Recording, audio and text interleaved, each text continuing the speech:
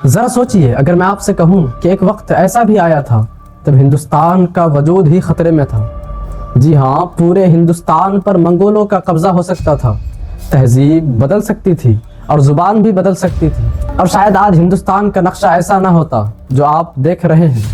मगर ऐसा क्यों नहीं हुआ?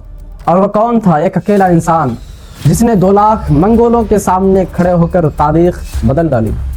आइए आज एक ऐसी सच्ची तारीख जानते हैं जो सुनने में कहानी लगती है, मगर इस तारीख ने हिंदुस्तान की तकदीर बदल डाली।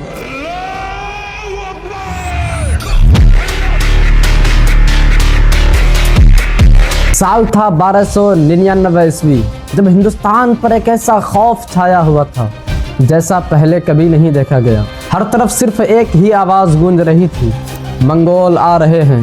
वही मंगोल जिन्होंने आधी दुनिया को जला डाला था। दिल्ली की फ़ज़ा में दहशत फैल चुकी थी।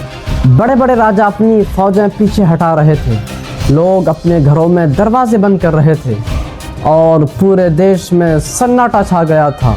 लेकिन तब एक शख्स, एक मर्द कलंदर सामने आया, एक ऐसा सिपह सालार जो खौफ का मतलब ही नहीं जानता था।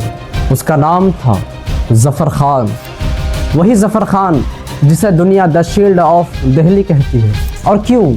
इसकी वजह यह है कि यह वह इंसान था जिसके बारे में कहा जाता है कि इसका नाम सुनकर मंगोलों के खून तक जम जाता था।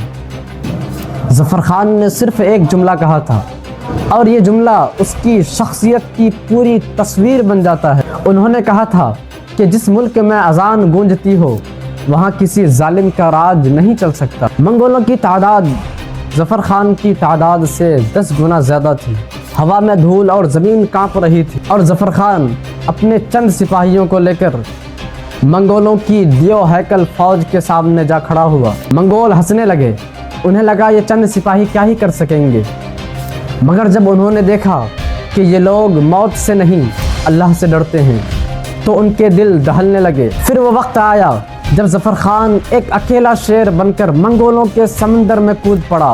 वो लड़ा और तब तक लड़ा जब तक उसके जिस्म पर 100 ज़ख्म नहीं हो गए, मगर वह झुका नहीं। ज़फ़र खान ने सैकड़ों मंगोलों को हमेशा के लिए मिट्टी में सुला दिया और आखिरकार हिंदुस्तान की बॉर्डर बचा ली गई और मंगोल ज़लील ख़ार होकर भाग गए। उस दिन एक नाम हमेशा के लिए तारीख़ में दर्ज हो गया, Zafar Khan the shield of Delhi, यानी वो शेर जो खुद मिट गया मगर अपने देश को मिटने नहीं दिया।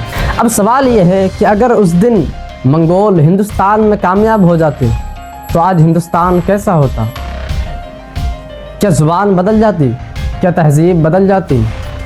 या फिर तहज़ीब और मज़हब का नक्शा कुछ और ही होता? अपनी प्यारी सी राय कमेंट में ज़रूर बताएं और अगर वीडियो अच्छी लगी हो तो दूसरों तक ज़रूर पहुंचाएं और मज़ीद वीडियोस के लिए हमारे चैनल को ज़रूर सब्सक्राइब करें।